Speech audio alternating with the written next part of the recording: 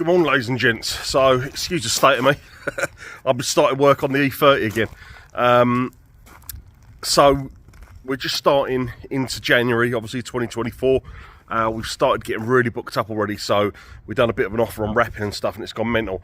If you're wondering, why I've got a bent trampoline next to me, obviously we had major storms here for one night, and it literally, took half my fence down over there. It blew across the fence all the way over here and landed in this point here. The only bad thing is Reese's E30, his nice E30, was sitting here. So, a little bit of damage. I'll show you a little bit what happened. It's not horrific, but still, nonetheless, it's a beautiful car. And it's annoying that it happened, but it hit, basically, he got so lucky he didn't smash this brown glass. It basically hit the side here. It's not dented here, but it hit here and it's dented all this chrome trim, dented a bit of the roof trim, scratched the roof up a little bit, and it sort of rolled over, and then that's the worst, but it's done a big dent into the boot, which is less than ideal, obviously, considering this was just going to be polished up and then his M3 lump was going to go in it. So, yeah, not the greatest start for Reese for 2024, but kind of got away lightly, because it could have smashed windows, done doors in. That trampoline weighs an absolute ton, and it just took off like a freaking wind sail. Yeah, so not ideal, but hey ho. Bit of skimmer filler, new trim possibly if you can find it. Might be able to dent it out, bend it out, but yeah. Anyway, right, back onto this old beast. So,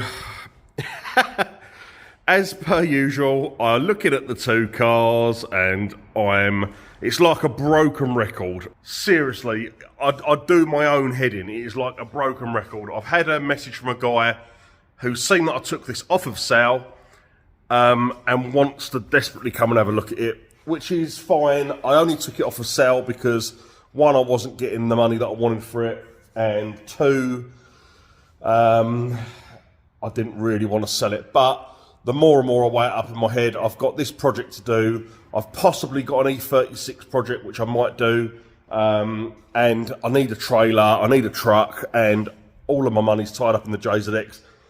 In a grand world, when I've got tons of money, I would keep them both, keep them all, but you can't keep all the projects, and I want to do loads of drifting this year, so I'm going back to BMW for a bit. I don't think it'll be my last JZX, if I'm honest, because this car has been absolutely mega, but if I do get another one, I won't build it full skid spec. I'll do just more of a nice car, like I can polish weekends, go out and stuff like that in a couple of years' time, if they're not about £1 million by then. But yeah, gonna crack on with this. So I've put a wing. It's a bit of a janky old wing. I might just offer it up with the overfender. I know fiberglass is not always brilliant, and this one is definitely not brilliant. The fit is less than ideal. If I can, so I'm trying to do it one-handed, hence the shaky camera. If I hold it up in place, I can get this in place here, but that wing is about that far out, which is quite horrific. Right, so I've initially taken a hole like that out, just so obviously nothing's going to catch in there. That's right out the way. I'll offer that back up. That should be perfect. Basically where that bit fits there should end pretty much here, which will bring that point there to here. Well, to there, basically. That's what I'm thinking. And then this bit, the back edge, they're always a bit of a different weird shape. So what I might do, get a couple of pop rivet on, just see where it needs to go. And then, yeah, I mean, I don't got to make any inner arches for this bit. This will just be as it is, because it's only fiberglass. I've still got to do a bit of welding down there anyway, but yeah, all this bit should just be as that is, with any luck. Also, just had some more bits arrive from Japan, so we've got tons and tons of other cool little bits and pieces, knick-knack bits. Really rad stuff. But yeah, no, just had some other bits arrive from Japan, so take a look on the website. I'll put a link down below, and you can find all the JDM bits that we're getting. So yeah, loads of Noboris. All the DVDs, magazines are in the house, so they don't get damp. But yeah, we've got loads of cool little bits and pieces, so take a look.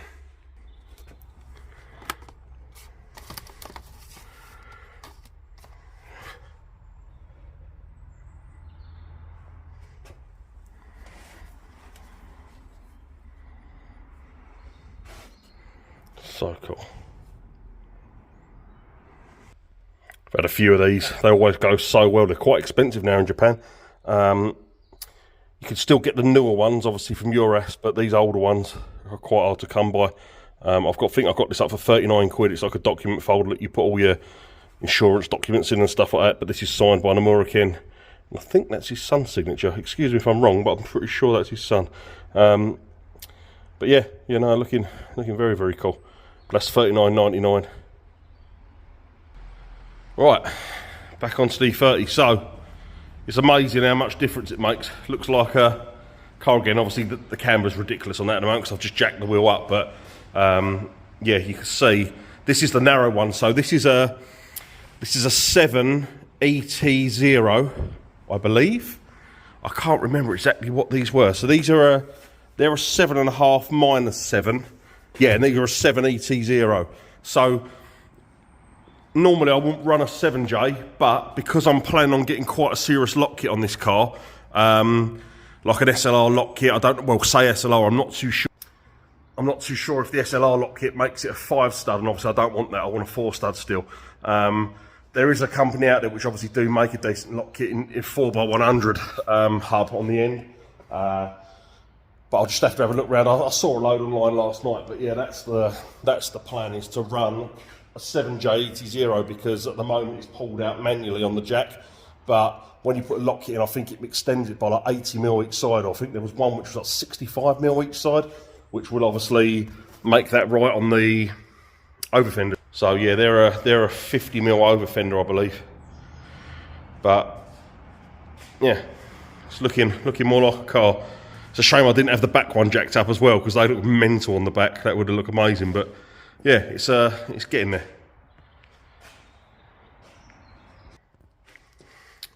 We are going to run camber up front, but not that much camber. Yeah, the front wings, I was really unsure on these wings, but they look super sick actually.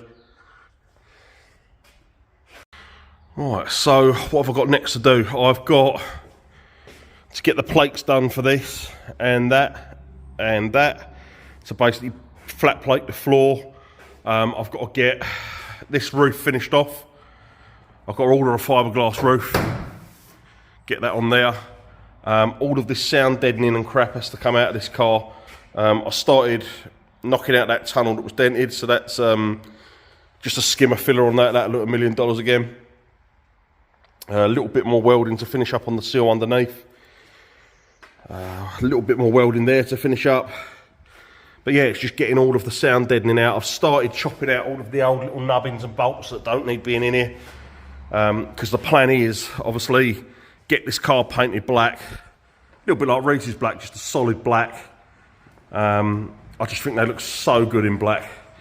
And then all the floor, because obviously if you paint the floors like that, you're forever cleaning. So what I'm going to do, I think I'm just going to wrap the line of the floor, just like a textured black. Just make it a bit easier, put some plates down on the floor and stuff like that.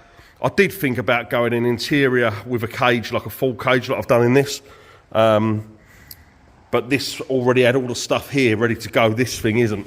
So I think I'm just going to keep it bare, run a fiberglass dash, decent cage, and just keep the floor clean. The only thing I did think about, if I wrapped a bed line, because it's so textured, I'm wondering if it's actually going to be worse for it or better. Because obviously all the dirt and stuff is going to get caught in all the little bits. I think it might look a mess, so I'm thinking maybe a smooth black might even be better because I can wipe it clean again. It's either that or I paint everything else up and then get a custom carpet made. Like an actual decent upholstered carpet, something made for the E30 possibly. Don't know. Could work, something like that. Yeah, and then obviously the engine bay, I've got to cut out all the battery tray, all the bits that are looking a bit rough. I'll just make sure they're all good. And then when I've got the money, I'll go off to John to get the cage done. Coilovers will need ordering, doors, all the other bits and pieces to make it look like a car again. But I'm super excited. This is going to be rad, this car. I'm still deciding on engine and stuff. I really don't know. I'm sort of going along the M50 turbo route again. I don't know. I just can't get it out of my head, the M50 turbo. I've always wanted a turbocharged E30. I just think it'd be absolutely sick. Either that or I might go the V8 route. Everyone's going, oh, V8's boring, drifting, but I like a V8. Possibly. I'm not sure yet. We'll see. Whatever I put in it, it's got to lug my fat arse around, so I want something a little bit fruity in there. If I'm selling my pride and joy to build a BM, I want something cool. Right, so I checked in the pile of wings that me and Reese have got up there. I found one which might do it. It's completely and utterly battered, I know, but considering obviously the overfender covers pretty much 90% of the wing, it's only the bottom bit hanging out, this bit might work. I know Reese won't use this one because it's absolutely annihilated and he's only doing the bottom part of the wing here. So that is completely knackered for him, but yeah, that one I might be able to salvage that, possibly. Right, so a bit of hammering, bit of finessing. Obviously, I know this is all still dented in. We'll get these bits off, cut straight up there like the other side, all the way out. But at least now, that will all be underneath anyway. No overfender will be on. Job done. Job done.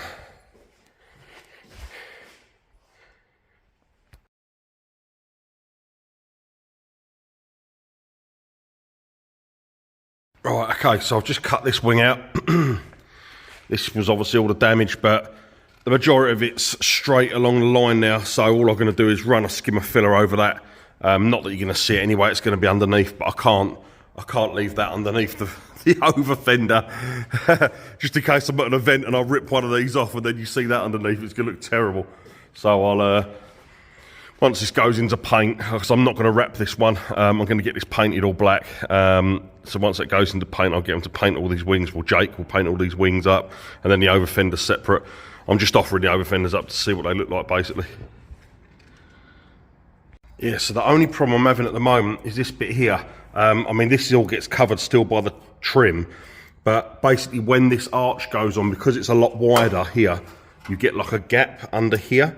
So what I might have to do, thinking about it, this one's not so bad because I've cut it straight down. So I don't know the best way to do it, because it's, I mean, from here it looks absolutely fine, but this one, when you offer the wing up, you still see a lot of this stuff. So I don't know if to chop that straight down or not. What I might do is quickly pop a pop rivet in there, get it on and see what it looks like, and I can drill it off if not. Yeah, so when I said this wing was a little bit bent, obviously that is, not wing, the overfender, sorry. That is obviously tight up to where that needs to go there. This part, however, it's not. I mean, it pushes in, but that's tight there.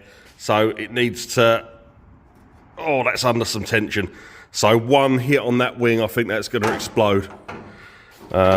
It's not the ideal fitment, I'm going to be honest with you.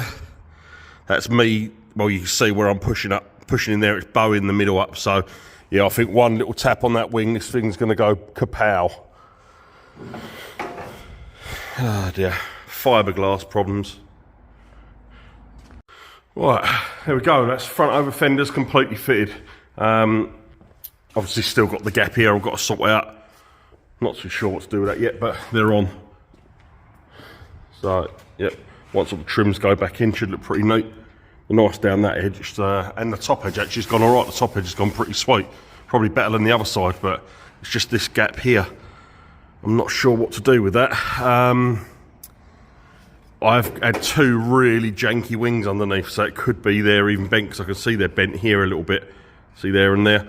It might be the case that is where it needs to be, so I'll get a bonnet on first, I'm getting a fiberglass bonnet, so what I'll do before I start doing any more on this front end, I'll get the bonnet ordered up, get it on, see where it sits, because it might be completely off. And then I'll know what to do, either hammer the wings up, either cut out a section and fill inside here. I'm not too sure yet, but we'll see. It'll get there. But it's looking a lot better. Yeah, so I'll leave the video there. That was just the front over fenders. I did toy with the idea of putting a V8 in this and chucking some 18s on it. And I just tried on the CSTs on the back, just offered them up. I'll put a picture next.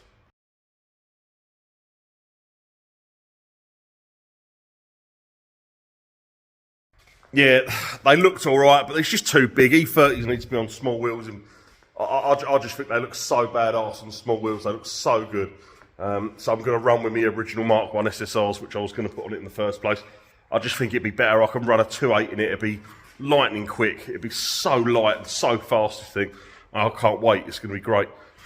But yeah, anyway, guys, thank you for watching again. And I'll say I don't know what the next update is on this. So I've got a guy coming tomorrow, like I say, to look at this. If this goes, then the progression on the E30 will be pretty rapid. Because I'll have the money to buy a few bits for it, which I want to buy.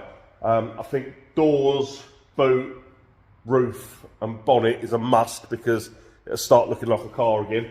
And then I will order the side skirts up, because they need some trimming. I've done them on the last one, so same side skirts as this basically.